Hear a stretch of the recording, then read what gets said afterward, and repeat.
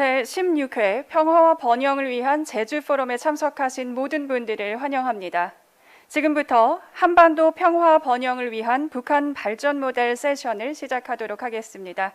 저는 진행을 맡은 송지혜입니다. 먼저 세션의 좌장을 소개해드리겠습니다. 좌장 전병곤 통일연구원 신임연구위원은 한국 외국어대학교에서 정치학 박사학위를 받고 중국 정치, 동북아 국제관계, 북중관계 등을 주요 분야로 연구하고 있습니다. 그럼 본 세션의 좌장이신 전병곤 통일연구원 선임연구위원님을 모시도록 하겠습니다. 마이크를 넘기겠습니다. 네, 반갑습니다. 통일연구원 세션 사회를 맡은 전병곤입니다. 네, 이번 세션의 주제는 한반도 평화 번영을 위한 북한 발전 모델입니다. 한반도의 평화와 번영하고 연계되는 북한의 지속 가능한 그런 발전 모델을 탐색해 보는 시간입니다. 구체적으로 말씀을 드리자면은 북한 발전의 내부의 조건과 외부의 환경적인 조건들을 분석을 해서 북한의 적합한 그런 모델을 탐색해보고 서로 토론해보는 그런 시간을 갖도록 하겠습니다. 이를 위해서 두 분의 발표자를 모셨고 두 분 발제자의 발표를 토론해 주실 네 분의 토론자분을 모셨습니다. 시작에 앞서서 간략하게 두 분 발표자와 네 분의 토론자들을 소개를 해드리겠습니다. 먼저 동아시아 비전통 안보 협력과 북한 발전 모델을 주제로 해서 발표를 해주실 이주헌 미드웨스턴 주립대학교 조 교수님 나오셨습니다. 네. 이주헌 교수님께서는 노스이스턴 대학교에서 박사학위를 받으셨고 동아시아 지역을 중심으로 해서 환경정치, 사회자본 등을 연구하고 계십니다. 두 번째 주제로 북한의 국가 시장 공존과 지속 가능한 발전 모델을 발표해 주실 강채연 책임연구원님을 모셨습니다. 네, 강채연 박사님께서는 성균관대학교에서 학위를 하시고 북한의 정치, 경제, 남북관계, 통일정책 등에 관해서 연구를 쭉 해오시고 계십니다. 무엇보다도 북한에서 오셔서 북한 내부의 사정, 입장, 관점 등에 정통하십니다. 오늘 그런 점에서 또 기대가 된다고 볼 수 있겠습니다. 그럼 두 분 발표 내용에 대해서 토론을 해주실 네 분을 순서대로 간략하게 소개를 해드리겠습니다. 첫 번째 토론을 맡으신 김유철 덕성여대 교수님 나오셨고요. 김 교수님께서는 글로벌 거버넌스, 미중관계, 북미관계 등을 전공 분야로 삼고 계십니다. 신진학자시고요. 기대가 되는 그런 학자님이십니다. 두 번째로 김수함 저희 통일연구원의 선임 연구위원님을 모셨습니다. 서울대에서 학위하셨고 정치 전반에 관해서 특히 북한 인권과 인도주의 사안, 통일정책 등에 대해서 연구를 많이 하신 관록이 있으신 분이십니다. 세 번째로 저희 통일연구원의 연구기획부장으로 수고하고 계신 이재영 박사님을 모셨습니다. 이재영 박사님은 중국 지역을 전공으로 해서 북중관계, 한중관계 등을 전공하고 계시는 신입 주목되는 그런 박사님이십니다. 마지막으로 산동대학교의 추민식 산동대학교 한반도연구원 부주임님이십니다. 네, 들리십니까?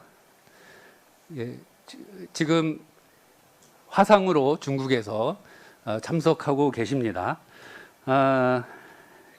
추이 교수님은 길림대학교 중국의 동북아연구원에서 박사학위를 취득하신 후에 한반도 문제를 쭉 연구하고 계시는 중국의 한반도 저명한 한반도 전문가이십니다.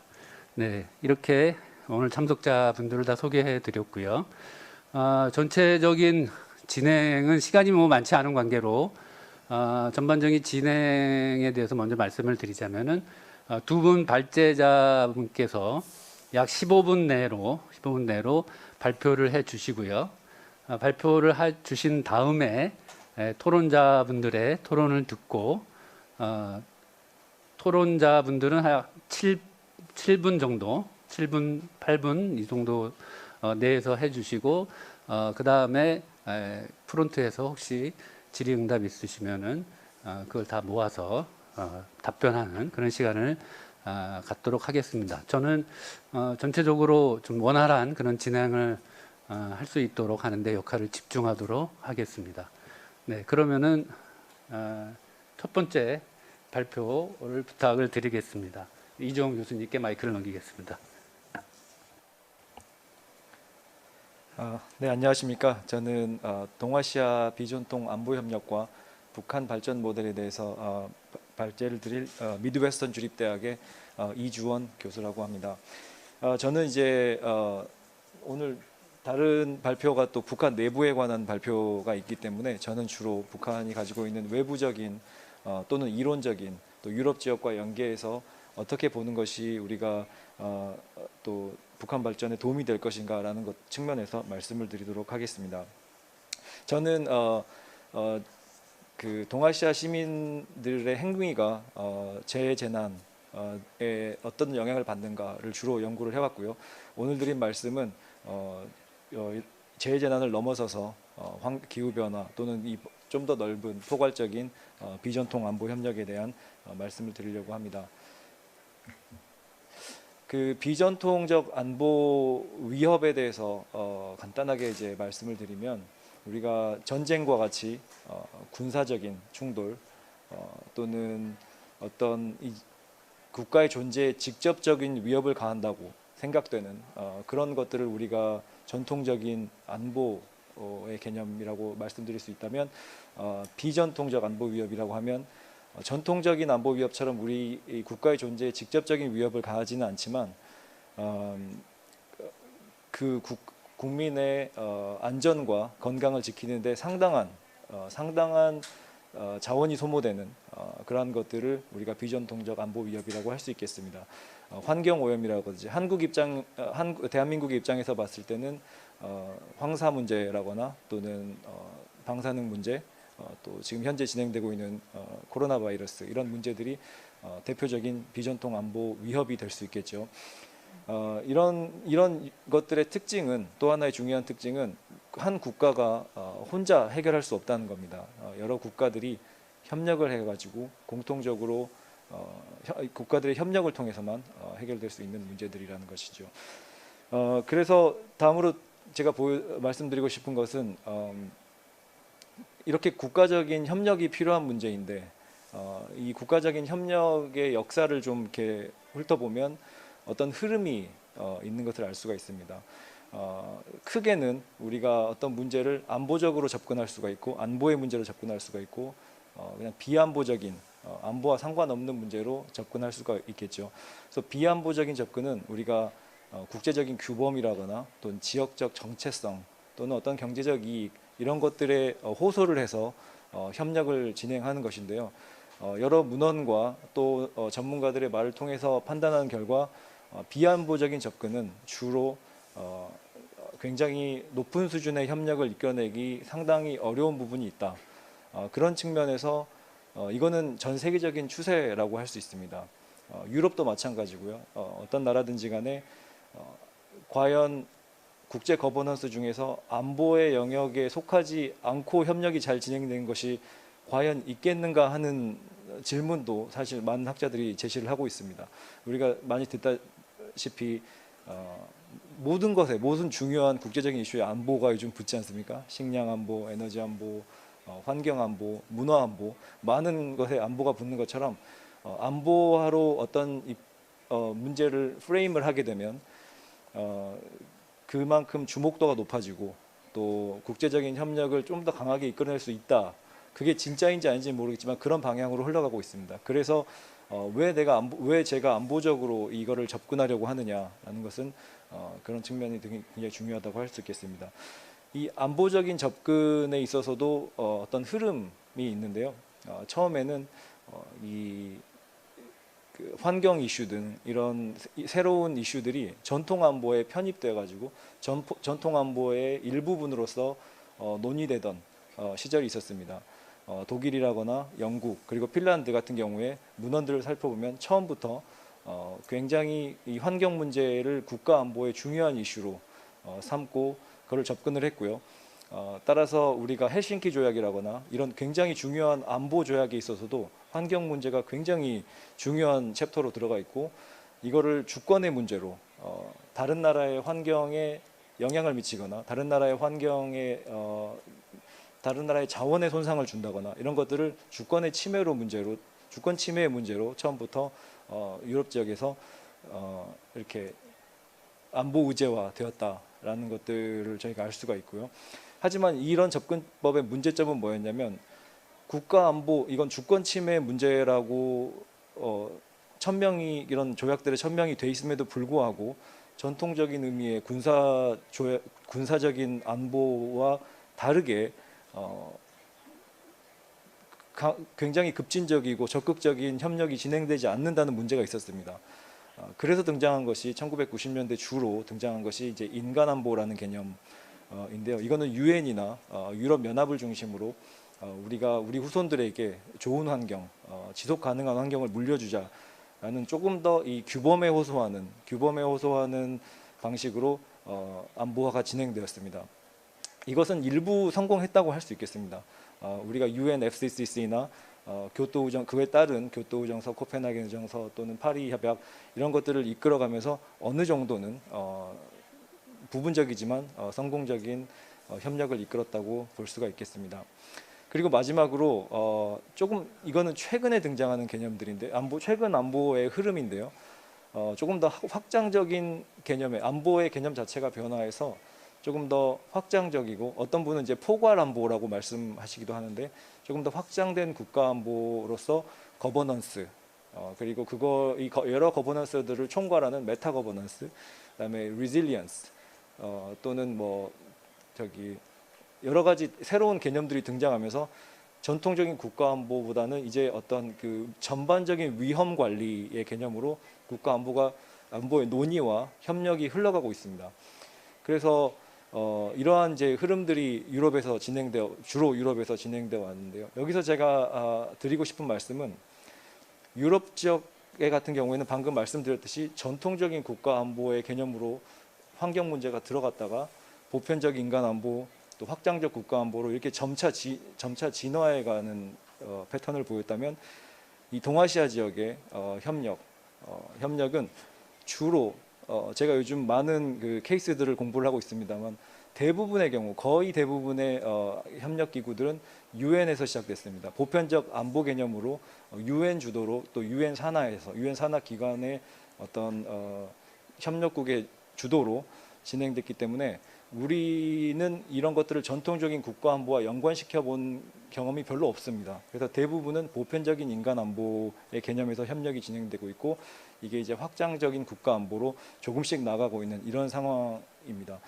그래서 여기서 일어나는 문제는 뭐냐면 우리 이 동아시아 지역에서 이 지역적 협력, 환경에 대한 협력이 더 발전하지 못하는 이유는 우리가 이 전통적 국가 안보와 같이 이렇게 취급이 되는 이 과정이 없어지지 않는가. 그래서 제가 무슨 전통적인 국가 안보로 군사 안보로 돌아가자 이런 말씀을 드리는 게 아니고요.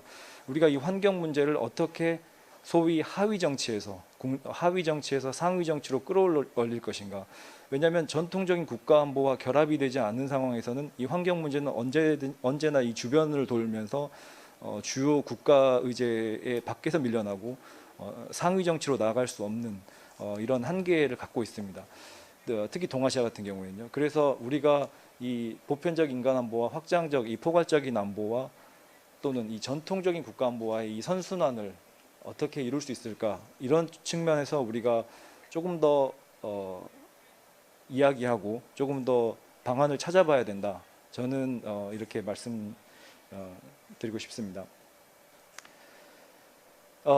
제가 이렇게 말씀드리는 또 하나의 이유는 여러 또 사례들을 분석한 결과 우리가 쉽게 얘기하듯이 유럽 지역의 어떤 소위 기능주의라고 하죠. 한쪽에서 협력이 일어나면 그게 다른 협력으로 이어지고 그게 결국에 군사 안보 어떤 안보적인 측면에서 평화가 구축이 되는 이런 것은 굉장히 현실에서 이런 메커니즘은 간혹 있지만 보고되지 않았습니다. 그래서 지금까지 이런 사례들을 보면 위협 요인, 환경적인 측면에서 비군사적인 안보 측면에서 위협 요인을 제거했을 때 나타날 수도 있고 나타나지 않을 수도 있는 부수적인 효과인 것이지 우리가 위협 요인을 제거하면 반드시 지역 안보와 평화로 이어진다라는 어떤 기능주의적인 측면은 여러 근래 연구를 통해서도 밝혀진 바 있듯이 구체적인 메커니즘이 증명이 되지 않았습니다. 그래서 제가 우리가 동아시아의 협력과 북한의 협력을 얘기할 때도 우리가 이런 환경 협력 같은 것들을 북한과 했을 때 이거는 결국 군사적인 어떤 지역 안보로 이어질 것이다라고 하는 어떤 막연한 기대감에 의존할 수는 없다. 저는 이렇게 말씀드리는 것입니다. 그렇기 때문에 우리가 이 환경 협력들을 전통적인 군사 안보와 조금 더 밀접하게 결합시키는 우리의 노력이 좀 필요하지 않나 이런 말씀을 드리겠습니다. 제가 저기 통일연구원과 같이 이런 여러 가지 이 유럽과 동아시아 지역의 환경 협력 사례를 지금 현재 연구를 하고 있습니다. 그래서 유럽 같은 경우는 저희가 말씀드렸듯이 굉장히 초기부터 전통적인 군사안보의 영역에서 환경이 들어가 있었고 그게 점점점 진화해 왔다 이런 말씀을 드리고요. 동아시아 협의체를 보면 동아시아에도 많은 협의체가 있습니다. 사실 많은 협의체가 지금 진행되고 있고 상당 부분 어떤 효과를 발휘하고 있는 협의체들도 있지만 전반적으로 이 회원국 내에서 상위 정치로 올라가지 못하고 조금 주변부를 맴도는 이런 문제가 있다라는 말씀을 드리겠습니다. 그래도 그 중에서 한중일 환경장관회의 DEMM이라거나 동북아 환경협력계획 또는 저 밑에 보시면 월경성 연무오염 아세안 협정, 메콩 협약 이런 것들이 굉장히 안보화도 어느 정도 이루어내면서 조금 포괄적인 협력체로서 발전 가능성이 있는 이런 협력체들이 지금 존재하고 있습니다. 제가 지금 말씀드리진 않겠지만 나중에 기회가 되면 더 말씀을 드리도록 하겠습니다. 동북아 협력체들의 특징은 제가 아까도 말씀드렸듯이 한중일 환경장관회의를 제외하면 대부분이 UNEP나 또는 그 관련 기관, 유엔이 주도하고 있습니다. 그래서 이것은 약간 인간 안보의 관점에서 접근을 하고 있는 것이고요. 심지어 한중일 환경장관 회의조차도 유엔 회의에서 발의된 것이기 때문에 유엔의 영향력이 없다고 할 수는 없겠죠. 그래서 그렇고요. 그다음에 한국과 동북아 협력체들의 또 다른 특징은 법적 구속력이 없거나 굉장히 약합니다. 그리고 현재까지는 다자 협력보다는 어떤 문제가 생겼을 때 국가 대 국가 양자 협력으로 문제를 해결해 왔던 관례들이 있고요. 또 하나 재미있는 것은 한국의 경우 동북아 3국의 협력에 굉장히 치중하는 경향이 있습니다. 동북아 3국에서 진행되고 있는 이 많은 협력체들은 한국이 제안한 것들이 상당하고요. 대부분이고요, 사실. 그리고 진행되고 있지만 일본의 경우는 조금 범위를 넓혀서 동아시아 전체를 아우르려는 경향이 있습니다. 그래서 일본이 주도하고 있는 환경협력체는 동남아시아를 대부분 포함하고 있고 일본은 조금 더 큰 지역의 어떤 리더십을 가지려고 노력을 하고 있습니다. 중국과 러시아는 지역 협력에 비교적 소극적인 편입니다. 중국의 경우에는 UNFCCC나 이런 기후 협약에 있어서는 굉장히 활발하게 하고 있지만 지역 이슈에 그렇게 적극적으로 참여하고 있지 않다고 저는 파악하고 있습니다. 그리고 북한의 경우는 참여는 하지만 정보 공유에 굉장히 소극적이고 따라서 우리가 그런 정보만 가지고 북한을 판단하기는 좀 어렵다 이런 특징들을 가지고 있습니다. 제가 시간이 얼마 남지 않았기 때문에 이제 조금 빨리 말씀드리겠습니다.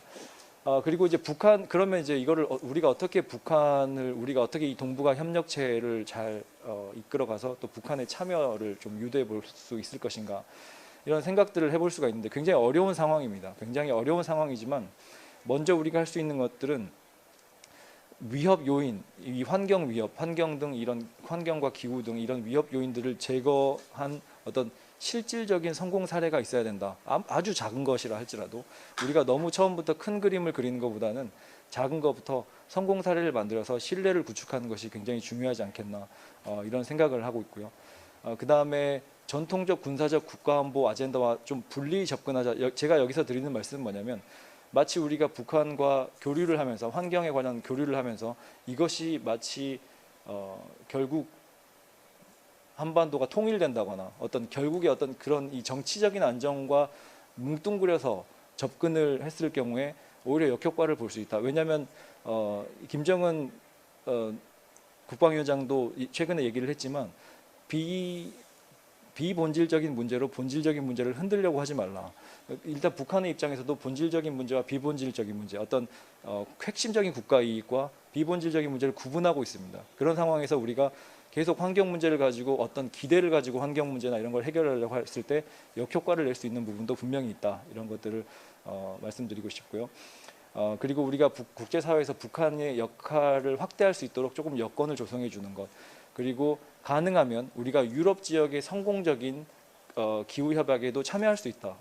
이런 건 굉장히 중요하다고 생각됩니다. 저는 한국이 지금 유럽 중심의 기후 협약에 참여하고 있지 않은데 적극적으로 조금 참여해서 성공 사례를 좀 가져오고 그런 걸 통해서 북한의 참여도 조금 우리가 유도해 볼 수 있지 않을까.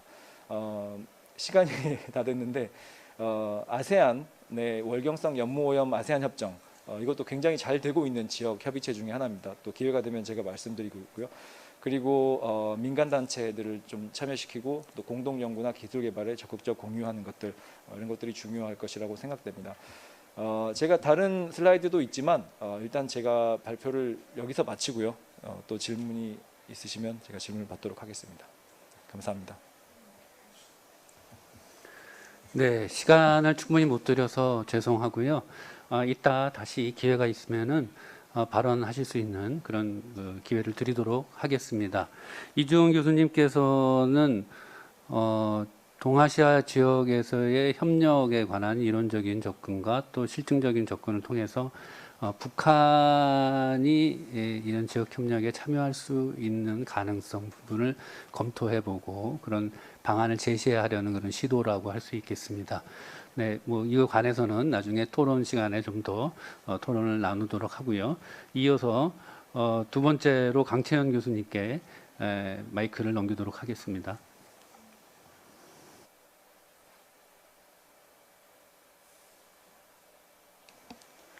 네, 안녕하세요. 강채연입니다. 저는 앞서 그 동아시아 비전통 안보 협력을 통해서 북한 발전 모델을 봤다면, 지금은 그 북한이 지금 계획과 시장이라고 하는 국가와 시장이 공존하는 속에서 어떻게 그 지속 가능한 발전 모델을 우리가 한번 모색해 볼 수 있을까라는 그 생각을 가지고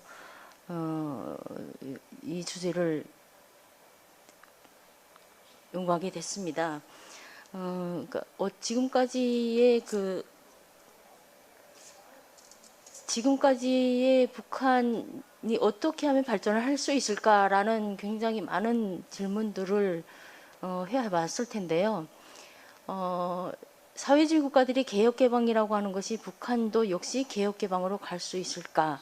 또 가야 한다, 아니다라고 하는 여러 의견들이 공존하는 속에서 우리가 그 흔적들을 따라서 하나하나 그 흔적들을 헤쳐봤을 때 부족한 것이 무엇이고 그들이 생각이 무엇인지, 또 어떠한 노력을 했고 그 어떠한 변화가 있었고 현재 하려고 하는 그들이 생각이 무엇인지라는 것들을 좀 따라가면서 보려고 아마 노력을 했던 것 같습니다.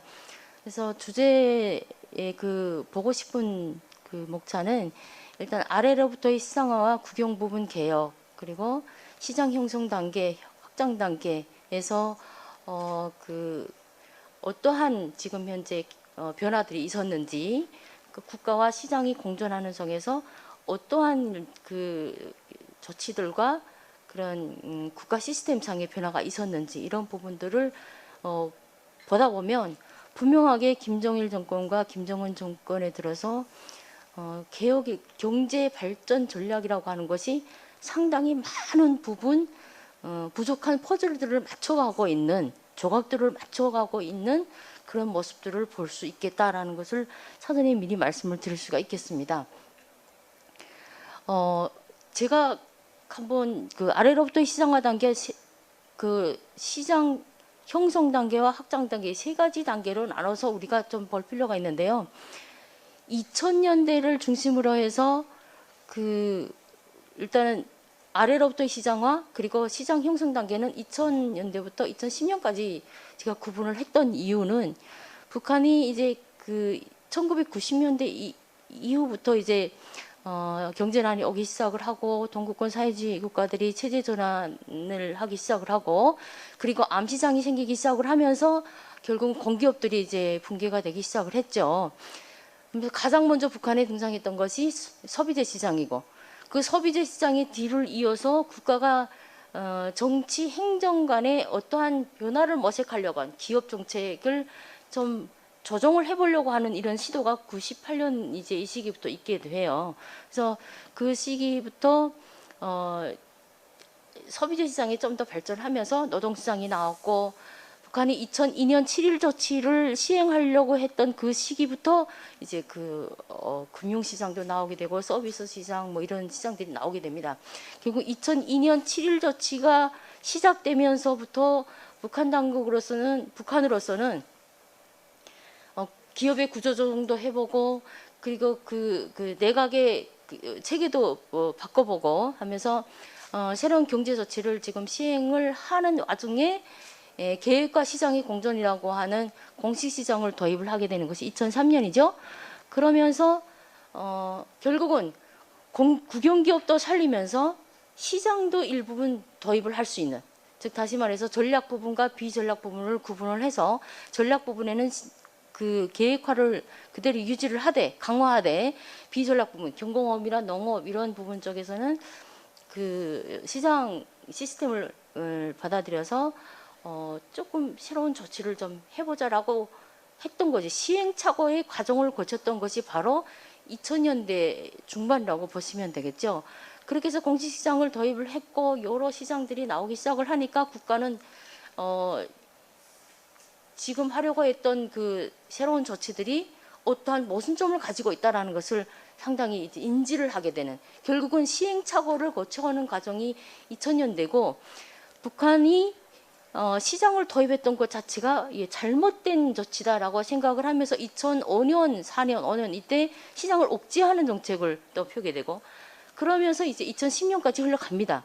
2010년에 들어서 북한이 다시 시장을 다시 부활해야 되겠다라고 국가 차원에서 시장을 허용하게 되는 그래서 2000부터 2010년까지는 시장 형성 단계로 봤고요. 그 이후 2010년부터는 김정은 정권의 후계 승계가 시작되는 시점이죠. 그래서 2010년 이후로는 김정은 정권에서 그 계획과 시장의 공존이라고 하는 것이 규범적 계획, 규범적인 계획화 이런 문제를 상당히 많이 강조하고 있고 그리고 2000년대에 시행하려고 했던 그런 경제 개혁 조치들의 부정적인 부분들, 모순적인 부분들을 상당히 많이 인지를 하고 수정하고 보다 확대하는 이런 정책들을 이제 과감하게 펼치게 됩니다. 그래서 적극적으로 그 중국이나 주변 국가들에서 그 많은 부분들을 계획과 시장이 공존할 수 있는 그런 부분들을 많이 그 전문가 집단들이 나와서 공부도 하게 되고 학습하는 단계를 거쳐서 지금 현재 상당히 많은 변화들을 지금 모색하고 있고 그런 변화들이 예측되고 있다라는 의미에서 제가 이 주제들을 단계적으로 연구를 하게 됐습니다. 자, 아래로부터의 시장 우선 90년대 이제 그 아래로부터의 시장화 단계에서 국영 부분에 그 따르는 어떠한 개혁이라든가 변화라든가 이런 부분들은 크게 북한에서 그 정부 국가 차원에서 크게 진행한 부분은 계획을 유지하려고 하다 보니까 농업 부분에서는 식량 생산이 증가가 돼야 되겠고, 그래서 농업 생산, 식량 생산을 증가시킬 수 있는 그런 그 방법을 모색하자라고 해서 96년도에 새로운 분조관리제를 도입을 하게 되는데, 중국에서 개혁개방 초기에 실시했던 새로운 분조관리제 그 방법과 거의 비슷한 그런 분조관리제를 시행을 하게 되는데, 역시 이마저도 실패를 하게 되고, 그래서 유엔이나 식량 국제 농업기구라든가 이런 그 통해서 농업 기술을 전수받고 또 전문가들을 키워내기 위한 이런 시도도 북한이 또 일정하게 하게 되고, 96년, 7년, 8년 이 사이에 하게 되고요. 그리고 국영 기업들이 이제 도산되기 시작하고 지방 기업들은 거의 도산되기 시작을 하니까 또 김정일 체제가 들어섰고, 그래서 98년도에 북한이 국방위원회 체제로 전환을 하면서 이제 헌법을 수정을 하게 되는데, 이 시기를 기점으로 해서 기업의 구조조정이라든가, 그리고 이전에 정무원을 내각 중심제 책임제로 전환하면서 경제 부분에서의 어떠한 획기적인 변화를 좀 시도해야 되겠다. 왜? 많은 국영기업들을 다 살릴 수가 없으니까 특정 어떤 전략 부분만이라도 살려야 되겠다라는 생각을 가지게 되고요. 그래서 실시하게 되는 것이 헌법도 개정하고 인민경제계획법도 만들고 여러 법률 제정들을 하게 됩니다. 그리고 그 다음에부터 북한의 그 국영기업의 대표적인 연합기업소 체제, 러시아에서 그 모방해서 들여왔던 연합기업소 체제를 해체를 하고 일반 공장기업소로 돌려보내고, 전략 부문만 금속, 석탄, 전기, 기계 이런 부분들만 틀어지고 가야 되겠다라고 했는데, 2000년대 이제 그 김대중 대통령의 그 평양 방문이 있게 되죠. 그러면서 해체했던 연합기업소들을 다시 복귀시키는, 남북 교류 협력에 물꼬가 트기 시작을 하면서 경공업 농업 부분을 중심으로 해서 이제 연합기업소 체제를 다시 부활시키고 다시 복귀시키는 이런 조치들을 하게 돼, 상당히 혼란스러운 구조조정을 하게 되죠. 그러면서 이제 2002년 7월 1일 경제조치를 하게 되는 것이죠. 이제 경제조치를 통해서 기업의 자율성을 주고, 그리고 이제 앞서 말씀드렸던 새로운 분조관리제를 인원을 좀 더 축소시켜서 그 새로운 분조관리제를 유지를 하되 인원을 좀 더 축소시켜서 담당 책임제를 강화하자라는 의미에서 그 개혁을 하게 되고요. 그리고 그 농업 가격 개혁을 전반적으로 가격 개혁을 했죠. 가격을 임금을 한 40배 이상 올려주고, 그리고 농업 부분에서는 농장원들에게 조세를 받는 조세 정책이 이제 처음으로 지금 등장을 하게 되고, 그래서 2000년대 그 초기 북한의 개혁의 의도를 보면 전략 부분과 앞서 말씀드렸던 비전략 부분의 그 시장 계획과 시장의 공존을 제도화하면서, 중요한 것은 1975년대 폐기시켰던 조세 제도를 다시 법률적으로 제도적으로 이제 부활시키는 그 제도가 나오게 됩니다. 그러면서 금융 시스템에 대한 이제 그 개혁도 하게 되고요. 상업은행과 중앙은행을 분리시켜서 상업은행을 내오는 것이 어떨까라는 고민도 하게 되면서 이제 상업은행도 그 상업은행법도 만들고 상업은행을 그 하려고 했었죠. 근데 그것마저도 2000년대 이제 실패를 하게 되고요. 이제 김정은 정권에 들어와서 이러한 실패 그들을 쭉 제가 봤을 때는 그 김정일 정권에서 있었던 그런 경제 개혁 조치들의 그런 실패들을 하나하나 모니터링하고, 그것을 다시 어떻게 하면 확대, 그리고 그 경제 발전을 실질적인 그런 전략으로 받아들일 것인가라는 고심을 상당히 많이 하게 됩니다. 그래서 가장 먼저 나타나는 부분이 경제 관료들에 대한 전문성이 상당히 확대되고요. 그 전문성이라고 한다면 경제 관료들로 당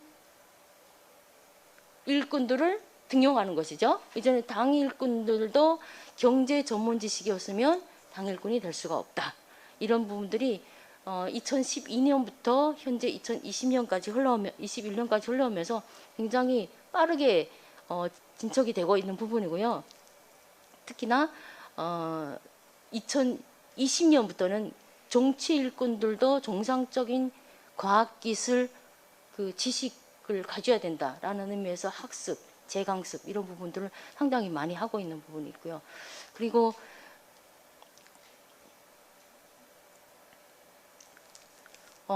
중요한 것은 또 분권화 정책이 좀 굉장히 가시화되고 있는 것이 김정은 정권에서의 특징이라고 볼 수가 있겠습니다. 그래서 중앙 지방 행정의 분리가 확실시 되고 있고요.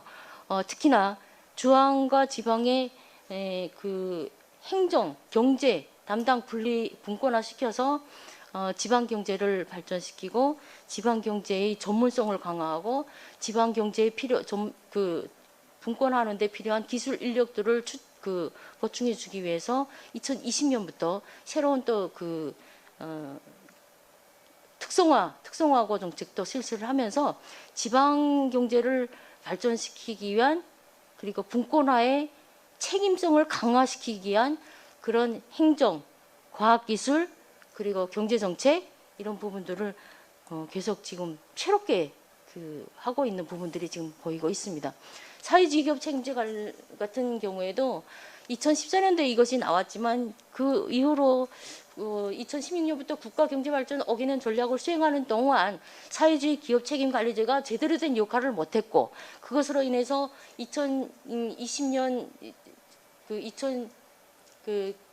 김정은 국무위원장이 경제가 실패했다. 어기는 전략 실패했다라고 했던 이유도 내각 책임제 중심제를 강화하면서 그 규격화된 규범적인 계획화의 책임성을 가지고 사회주의 기업 책임관리제를 해치워야 하는데 그 사회주의 기업 책임관리제가 기업들이 수행해야 되는 전략적인 노선, 방침 이런 것들이 굉장히 혼선을 주다 보니까 제대로 시행되지 못하고 있어서 그 부분들도 올해 들어와서 새롭게 정비하고 보강하고 복원하는 이런 정책들을 펴고 있는 것으로 보입니다. 그래서 사회주의 기업 책임관리제는 마지막 제가 표를 통해서 말씀을 드리면 시간상 관계로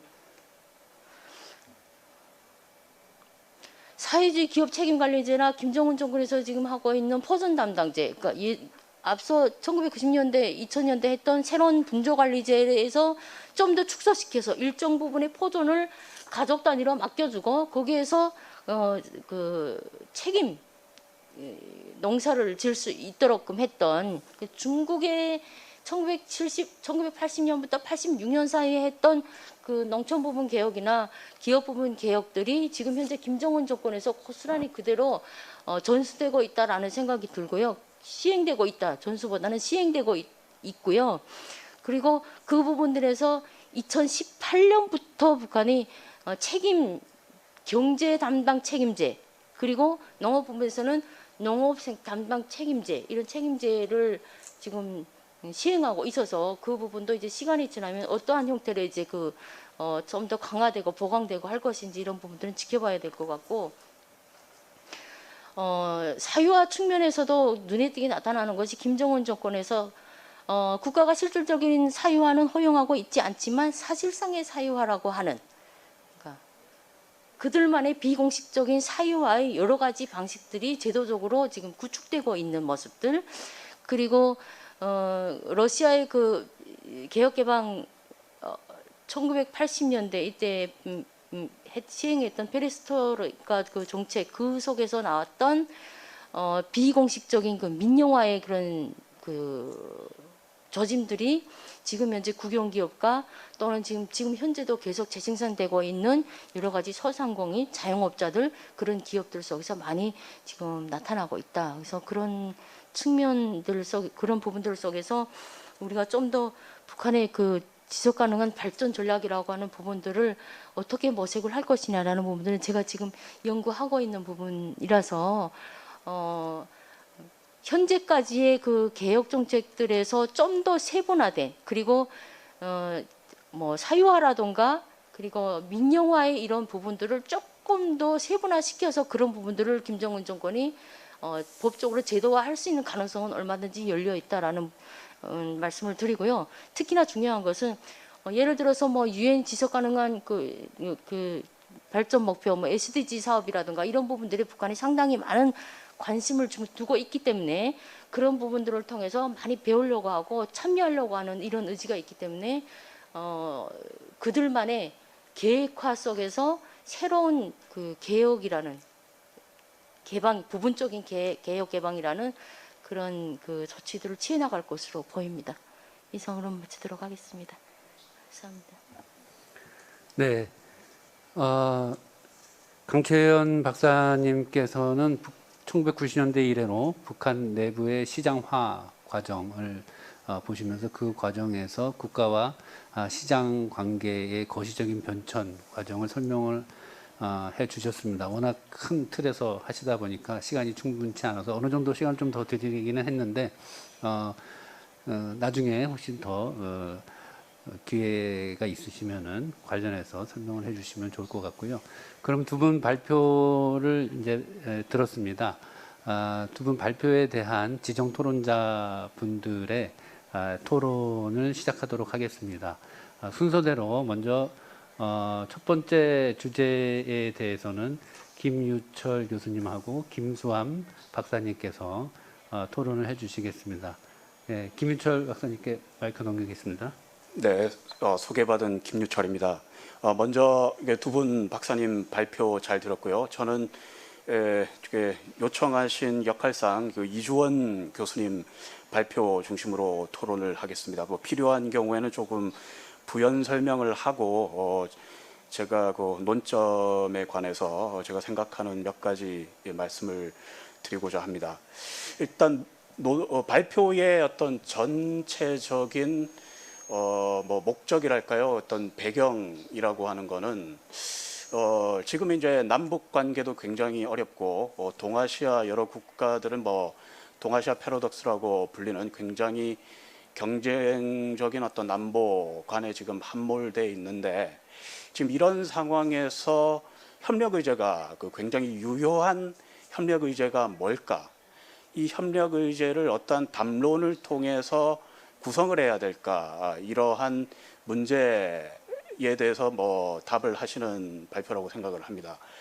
뭐 결론적으로 말씀을 드리면은 지금 그 발표 주제는 환경 이슈를 안보화했을 때, 그 담론 구조를 안보화했을 때, 안보화라고 하는 거는 우리 비전통 이론, 특히 비전통 안보 이론, 특히 코펜하겐 그 학파의 그 핵심 주장인데요. 그 예전에 그 전통적인 탈냉전기 이전에 굉장히 어떤 전통적인 국가 안보관에서 안보적인 이슈로 다뤄지지 않았던 뭐 베리 부장 같은 학자들은 이걸 뭐 전통적인 안보 그 국가 안보 하나, 군사 안보 하나, 그다음에 뭐 정치, 경제, 사회, 환경 뭐 이렇게 분류를 하기도 하는데요.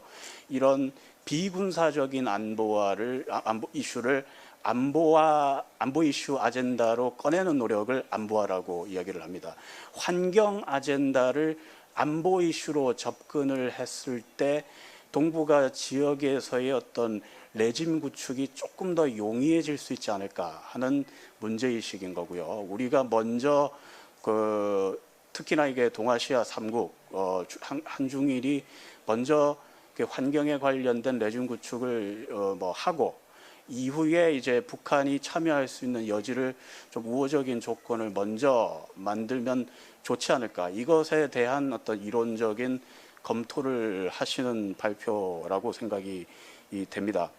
뭐 사실 근데 여기에 대해서는 뭐 조금 검토해야 될 부분이 굉장히 많고요. 저도 개연성으로서는 그것이 충분히 가능하고 또 긍부정적인 이 두 가지 선택, 그 판단의 두 가지 중에 하나를 선택하라고 한다면 당연히 안보화했을 때의 효과가 긍정적이라고 생각을 합니다. 그럼에도 불구하고 이론적으로는 검토를 해야 될 부분이 많이 있습니다. 뭐 일단은 이 굉장히 엄밀한 실증적인 연구에서 그 안보화의 효과를 검증한 연구는 사실 많지 않다고 생각이 되고요. 여러 가지 방법론적인 이슈가 있는데 저도 100% 여기에 대해서 그 방법론적인 엄밀성에 대해서 확신하는 쪽은 아닙니다. 뭐 그럼에도 불구하고 굉장히 많은 그 외교적인 플랫폼에서 이런 안보화의 노력이 이루어져 온 것은 사실입니다. 뭐 예를 들면 유엔 안전보장이사회에서 뭐 영국, 독일도 마찬가지고 최근에는 굉장히 일부 개발도상국들도 안보하고 그 환경 간의 어떤 넥서스에 관련된 의제를 다른 곳도 아니고 유엔 안전보장이사회에서 제기를 하는 경우가 많고요. 영국하고 미국 같은 경우에는 국내적인 차원에서의 안보 보고서, 국가 안보 보고서 같은 곳에 기후 변화를 안보 이슈로 박아 넣습니다. 그것을 명확하게 적시를 하는 것이죠.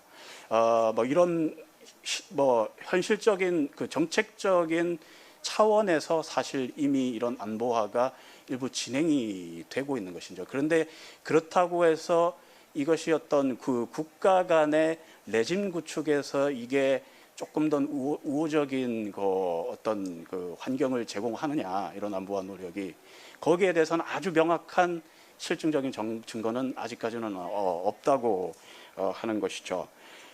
그리고 이론적으로도 뭐 다니엘 듀딘이라든지 이런 학자들이 좀 비판하는 것 같은 포인트는 그 다른 비전통 안보, 뭐 예를 들면 사이버 안보 같은 경우에는 이게 안보 이슈구나 이렇게 인지할 만한 그 상징적인 사건들이 계속 일어난다는 것이죠. 뭐 디도스 공격이 뭐 테러 단체라든지 뭐 적성 국가들에 의해서 현실적으로 많이 일어나고, 그 결과로 이것이 담론 구조에서 그 국내 안보 정책의 담론 구조에서 당연히 안보 이슈로 편입이 되고, 또 정책적 대응 차원에서도 전통적인 그 군사 기구가 뭐 군 사이버 사령부 같은 것을 설립을 해가지고 그 조직적인 확장을 통해서 대응을 하는 이런 이슈 영역의 확장이 굉장히 자연스럽게 이루어졌는데, 그 환경 문제는 뭐 그런 거는 아니라는 것이죠. 그런 임계점을 넘는 그런 가시적인 안보 위협이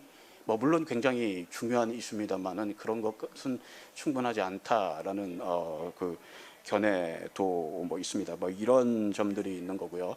그리고 최근에는 그 너무 그 기후 변화 문제에 대한 사회적인 담론이 그 종말론적인 그런 이 굉장히 위기 이런 것을 지나치게 강조한다라는 이런 좀 비판도 존재를 합니다.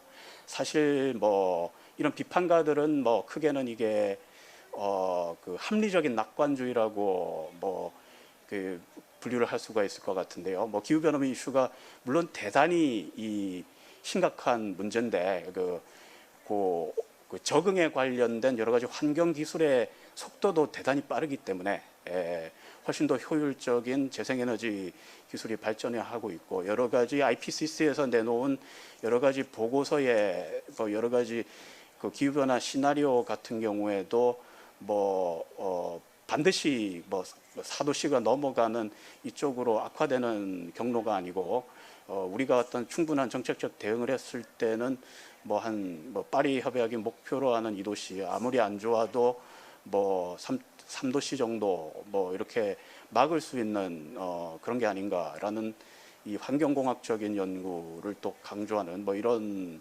그 관점도 있습니다. 뭐 최근에 베스트셀러가 된 마이클 슬램버거 같은 이런 뭐 저작들이 있고요. 그런다고 했을 때 이것을 안보화하는 문제가 옳겠는가라는 그런 시각이 있을 수가 있죠. 그 사실 시간이 많이 지나서요. 죄송합니다. 네. 그렇기 때문에 대안적인 사고라고 하면은 간단하게는 사실 환경 경제에서 이야기하는 우리가 environment cornice curve라고 있습니다. 환경 cornice curve라고 불리는데, 이거는 인컴이 높은 국가들이 환경 문제에 대해서 더 잘 대응할 수 있는 역량이 있다고 하는 것이고요. 동아시아 레벨에서는 한국, 일본 그리고 중국도 사실은 이 임계점을 지난 상황이기 때문에 훨씬 더 다른 국가들의 그 정책적인 대응을 좀 도울 수 있는 그런 역량이 되어 있는 상황이고, 파리 협약에서도 이제 공동 대응을 그 CBDRD 원칙에 의해서 이제 우리 해야 되는 입장이기 때문에 그렇다고 한다면 이 국가들을 묶어가지고 그 영내에서도 조금 뒤처진 국가들을 도우는 원칙들이 레짐 구축의 중요한 이 내용이 되지 않겠는가. 그러니까 그런 면에서 한중일 3국이 북한을 포함한 그리고 몽골 같은 국가들을 도울 수 있는 CBDRD 원칙의 어떤 연장선상에서의 그런 그 기여의 원칙이 동북아 협력 그 환경 레짐 구축에서의 중요한 내용이 되지 않겠는가. 뭐 이런 생각을 가져봅니다. 네, 이상입니다.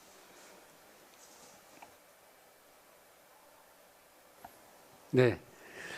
시간을 좀 많지 않기 때문에 시간을 좀 7분 정도 드렸는데 엄격히 좀 지켜주셨으면 좋겠고요. 김수환 박사님께 그 토론을 기회를 드릴 텐데 이후에 또 발언할 기회가 없을지도 모르니까 지정한 그 원래 토론하기로 한 그 주제 이외에 혹시 또 다른 주제에도 질문 있으시면은 지금 기회에 마저 하시면은 될 것 같습니다. 네. 예, 감사합니다. 통일연구원의 김수환입니다. 시간이 너무 많이 가서 포인트 몇 가지만 말씀드리는 걸로 제 토론을 대신할까 합니다. 그 이준 교수님께서 안보 개념의 확장 부분에 대해서 잘 설명을 해주셨고, 제가 볼 때는 안보의 핵심은 결국은 위협이 어떤 요인에서 발생하고 어떤 방식으로 위협이 오고 그 위협에서 어떻게 대응할 건가에 대해서 우리가 그 주로 익숙해 있던 부분은 이제 국가 중심의 군사 안보라고 할 수 있고, 이제 소위 이제 환경이나 아니면 이런 최근에 우리가 겪고 있는 코로나로 인한 어떤 그런 감염병에 의한 안보란 어떤 비정통 분야에서의 안보 개념이 확산되고 있는 부분에 대해서는 잘 설명해 주셨다 그러고, 이런 그 비전통 분야를 중심으로 한 그 안보 협력을 토대로 해서 북한 발전을 어떻게 연계시켜서 갈 수 있는가 하는 부분이 어떤 핵심이라고 생각을 하는데, 여전히 제가 개인적으로 이제 저도 IR을 한 입장에서 보면 동아시아 지역에서 이런 우리가 흔히 익숙해 있는 국가로부터 오는 군사적 위협에 대한 군사 안보가 압도하고 있는 동아시아 지역에서 이런 비전통 분야의 안보 협력의 어떤 기반을 어떻게 마련해 갈 것인가가 상당히 중요한 부분일 것 같아. 군사 안보의 어떤 그런 요소가 비전통 안보에 미치는 영향, 부정적 영향을 최소화할 수 있는 이런 고민들이 필요하지 않나 하는 생각이 들고, 그 핵심에 결국은 이 동아시아에 위치하고 있는 중국과 미국의 전략적 경쟁이 격화되고 있고, 이게 이제 군사 부분을 넘어서 상당히 가치 영역까지 확산되고 있는 상황이고, 그 부분이 이제 더구나 한반도의 현실을 보면 상당히 냉전적 요소에서 군사적인 안보가 압도하고 있다는 것이, 아까 우리 이 교수님이 잠깐 말씀하셨지만 본질 비본질 문제에 보면, 본질이라는 문제는 결국은 북한의 입장에서는 미국의 대북 적대시 정책이 철회돼야 되는 부분이고, 인도적 지원 이런 것은 그것이 해결된 다음에 협력할 수 있다는 거기 때문에, 한반도의 현실을 보면 군사안보라는 북한식의 본질적인 요소가 비전통 안보에 대한 그 선결 요건으로 되어 있다. 이 부분을 어떻게 해결할 것이냐 하는 것이 핵심 포인트가 될 수 있다 하는 겁니다. 다시 말씀드리면 군사안보 분야가 비전통 분야에 미치는 부정적 영향을 한반도에서 어떻게 극복할 것이냐 하는 것이고, 그 부분에서는 결국은 중국과 일본 속에서 결국은 이 교수께서도 설명하고 있지만 동북아 중심의 좁은 공간적 영역을 설정하고 있는 우리나라가 어떻게 그 소위 중국이나 일본이 다른 입장을 갖고 있는데 이 부분을 협력적 틀로 해서 유도해내고 그런 걸 기반으로 해서 북한이 비전통 안보에 나올 수 있도록 할 것이냐는 것이 핵심일 것 같습니다. 어쨌든 그래도 한반도에서는 비본질 문제가 선결 조건이 돼야지만 한다고 하지만, 북한이 여전히 이 소위 기후나 아니면 그 소위 보건 안보 분야에 취약하기 때문에 비전통 안보 분야에 대해서는 상당히 그 열려 있는 자세가 있기 때문에, 동아시아나 아세안을 포함한 소위 민간 트랙을 통한 국제 협력을 북한을 끌어내고 그 협력을 통해서 국가적인 협력으로 확산하는 여러 가지 모델, 이 교수가 제시한 그런 모델들을 우리가 고민할 필요는 있겠다 하는 것이고요.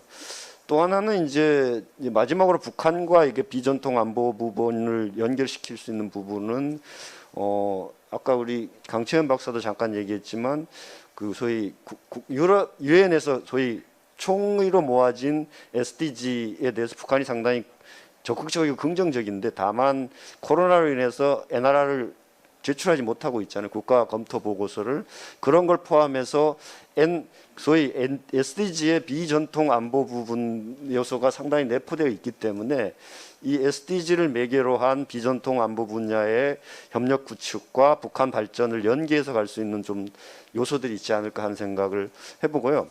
또 하나는 이런 부분에서 이제 북한이 결국은 이 비전통 안보 분야에서 우리 이 교수께서 얘기한 안보적 접근을 넘어선 비안보적 접근에서 가치, 규범, 정체성 이런 얘기를 하셨는데 실제로 보면 유엔 북한 팀과 소위 북한 당국이 이 합의한 스트래티직 프레임워크의 2017년, 2021을 보면 유엔이 가져가고 싶은 전략이 결국은 가치, 규범, 기준을 북한에 확산해서 이 협력을 가져가겠다는 거잖아요. 그게 북한이 어느 정도 공감을 했고 그런 부분에서 보면 소위 비야 전통 특히 제가 주목하고 있는 부분은 안보적 관점으로 분류했던 인간 안보 뭐 그중에서 환경 안보든 뭐 식량 안보든 보건 안보든 인간 안보를 중심으로 한 비전통 분야의 안보를 중심으로 해서 협력은 가져갈 수 있겠다 하는 거고요. 다만 그럼에도 불구하고 남북이 직접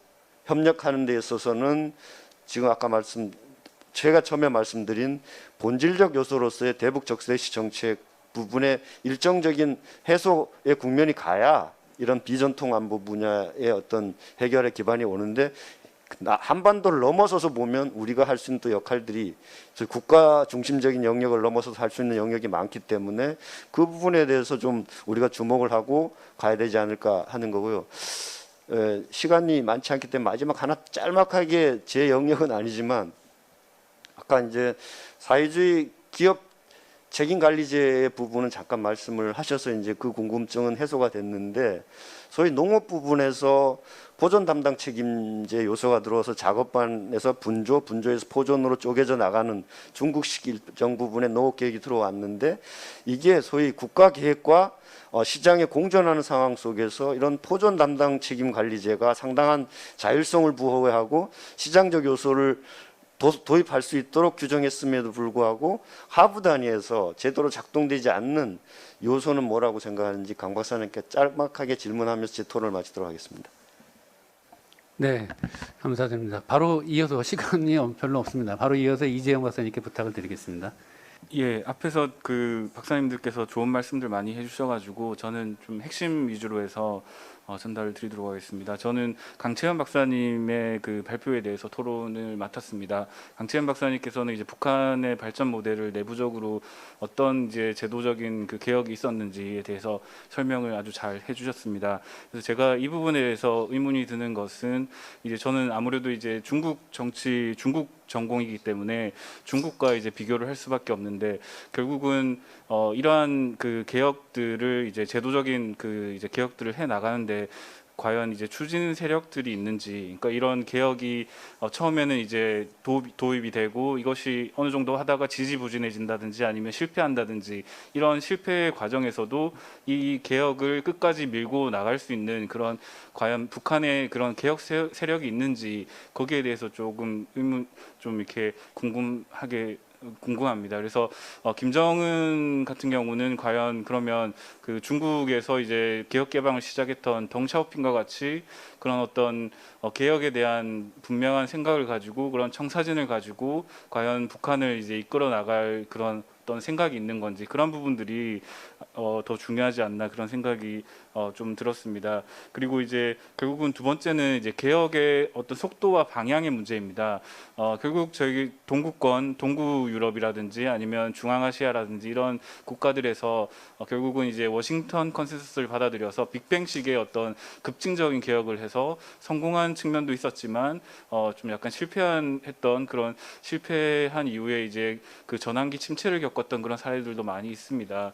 그런데 이제 중국 한국과 베트남의 경우에는 아주 점진적인 그런 그 개혁을 통해서 어느 정도는 이제 성공적인 모델을 이제 만들어 나갔다고 할 수 있는데, 과연 그렇다면 북한은 이 그런 급진적이거나 아니면 이런 점진적인 개혁 속에서 어느 정도의 속도를 가지고 이 개혁을 추진을 해 나가려고 하는 건지, 그런 부분에 대해서 조금 더 이제 설명이 좀 필요할 것 같습니다.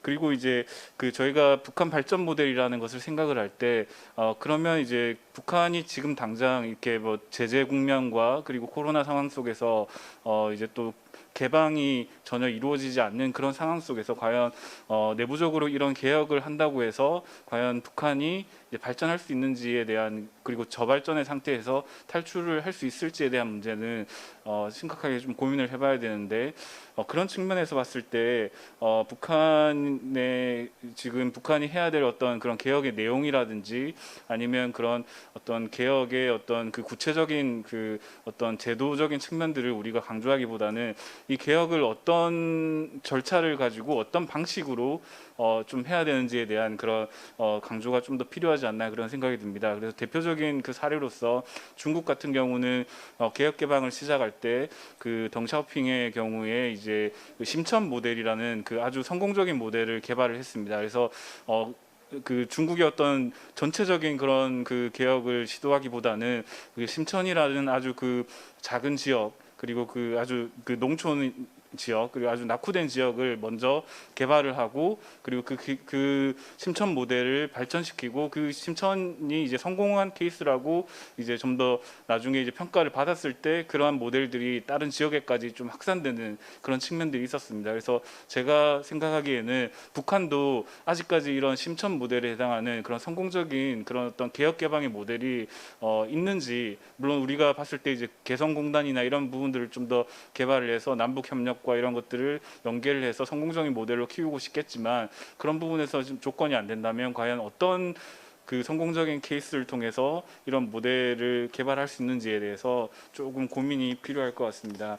그리고 마지막으로 이제 그 강채연 박사님께서 그 설명을 잘 해주셨듯이, 결국은 그 국가와 시장의 관계 속에서 국가가 이제 주도적으로 이러한 개혁들을 추진해 나가는 과정에서 그런 다양한 시장 세력들이 그 개혁에 어떤 지연되는 그 상황 속에서 상당한 그 부패 세력들이 존재하게 됩니다. 그리고 그 지대 추구 행위들이 나타나게 되고, 그런 것들이 과연 북한의 경제 발전에 어떤 영향을 미치는지, 그리고 중국의 경우에는 그런 광범위한 부패 현상을 그래도 이제 어느 정도 통제하면서 그런 것들을 경제 발전으로까지, 성장으로까지 이끌도록 하는 그런 어떤 그런 조치들이 있었습니다. 그래서 북한의 경우에도 그런 부패의 문제와 그리고 이런 어떤 경제 발전의 문제를 어떤 관계를 설정할 것인지가 중요할 것으로 판단됩니다.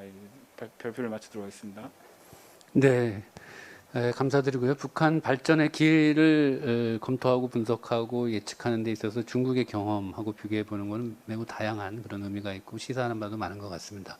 그런 점에서 마지막 토론자로 산동대학교의 추이밍시 교수님께 토론을 부탁드리겠습니다. 시간 많이 못 드려서 죄송합니다만 짧게 부탁드리겠습니다. 네, 안녕하세요. 네, 소개받은 산동대학 추이밍시 김명욱입니다. 일단 초대해 주셔서 감사의 뜻을 표하겠습니다. 저는 이제 강채인 연구원님의 지정 토론을 맡게 되었습니다. 시작하겠습니다. 발제 일단 잘 들었고요. 주로 이제 탈냉전 이후 북한의 개혁과 시장의 관계를 체계적으로 잘 정리하셨습니다. 코멘트는 시간적, 공간적 제한으로 짧게 하겠습니다. 선택과 집중이 필요한 것 같습니다.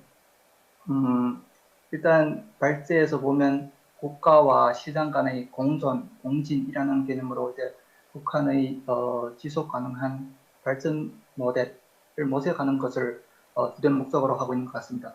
이제 발제를 네 부분으로 나누어 이제 설명하시는데요. 그러니까 이제 첫 파트에서 보면 이제 아래로부터의 시장화, 국영 부분 개혁이라고 되어 있습니다. 이제 PPT 제4쪽에서 보면 이제 피라미드의 극렬이라고 해서 아래로부터의 시장화를 구체적으로 정리하셨습니다. 알다시피 물론 북한의 시장화 과정에서 아래로부터의 시장화가 중요하지요. 하지만 아래로부터의 시장화만으로 특히 지금의 북한의 시장화를 전면적으로 설명하는 것이 어렵지 않겠는가 하는 것입니다. 예컨대 이제 2000년대 들어서서 김정일 시대에는 지열 조치도 있었고요.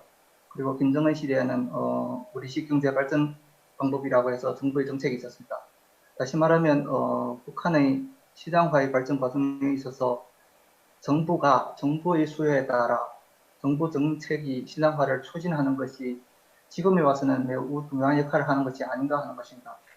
즉 아래로부터의 시장화뿐만 아니라 위로부터의 시장화도 더불어 병행되고 있는 것이 지금의 북한의 사회상을 이런 시장화상을 그리는 것이 아닌가 하는 것입니다.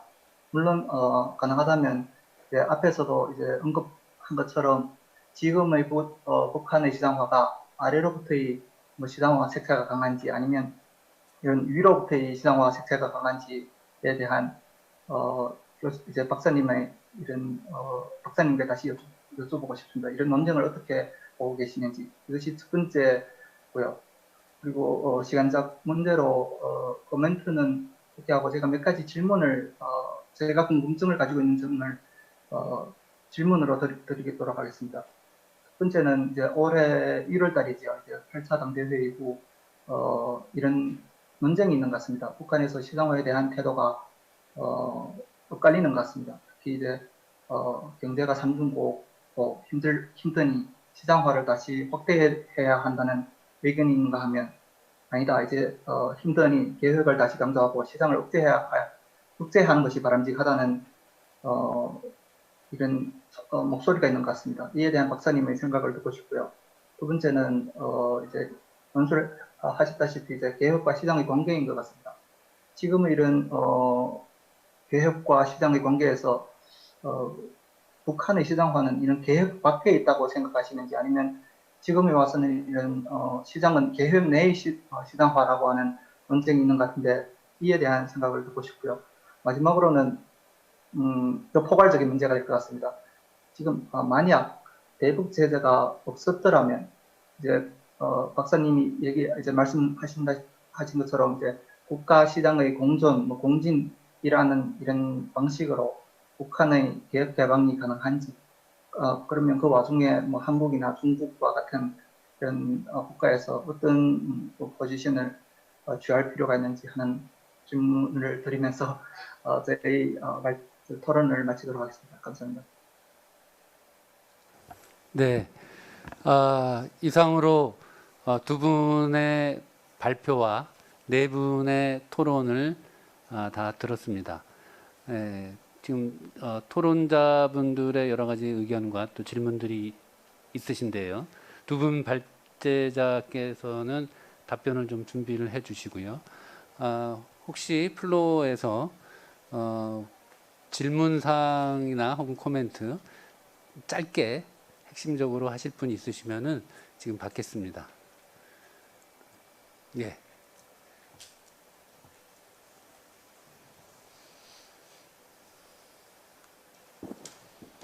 네, 감사합니다. 제주평화연구원의 이매용입니다.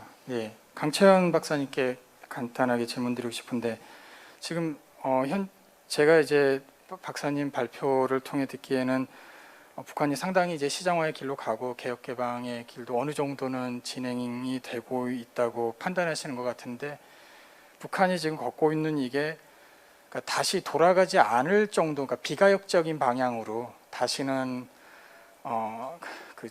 자립갱생으로 돌아가지 않고 이 개혁 개방으로 가는 길이 어느 정도 현재 이르렀는지 북한이 현재 추구하고 있는 개혁 개방의 그 도정에서 어느 정도에 이르렀다고 생각하시는지 그게 좀 개인적으로 궁금하고요. 또 추가적으로 약한 정치의 근본적인 문제가 그게 군부 개입에 의한 건지 그러면 내각 책임제가 강화되면서 이 군부의 개입이 줄어들고 이게 이제 정치 행정 문제에서 관료제가 강화되면서 이제 이게 북한의 개혁 개방에 도움이 될 수 있는 그런 가능성들이 존재하는 건지 네, 그 두 가지 질문 드리고 싶습니다. 네, 시간이 많지 않아서 또 혹시 뭐 있으신가요? 없으시면은 답변을 듣는 걸로 하고 답변은 이제 거꾸로 강채연 박사님께서 먼저 해주시고요. 3분 정도 시간을 사용해 주셨으면 좋겠습니다.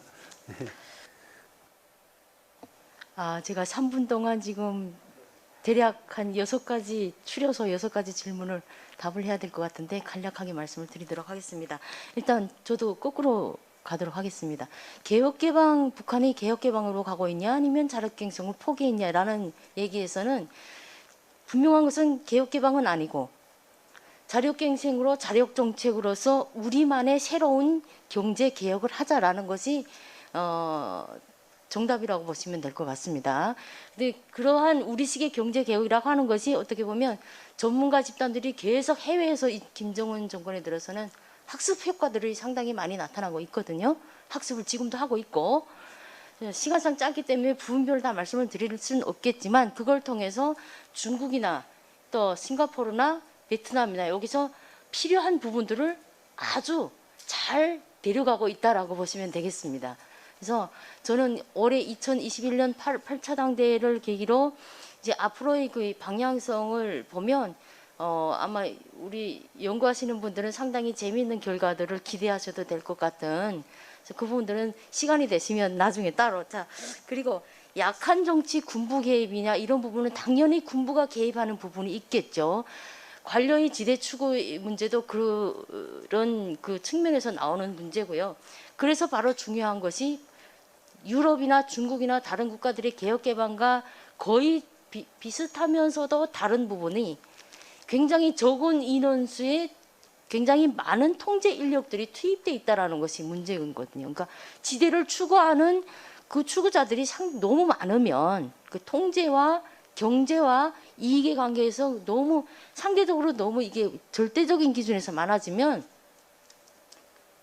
비정상적인 거기에서 새로운 개혁을 가져올 수 있는 집단들이 나오기가 어려운 구조라고 보시면 되겠죠.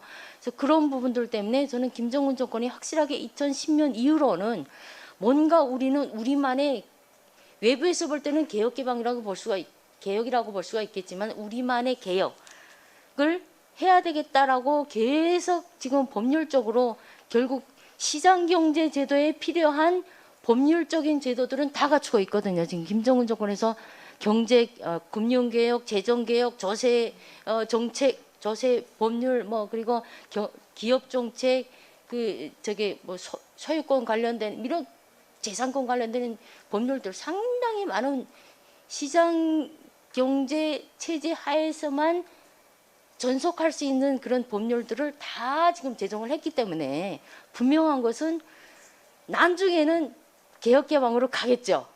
그 시기가 언제일지는 몰라도 현재는 당연히 아니라는 것.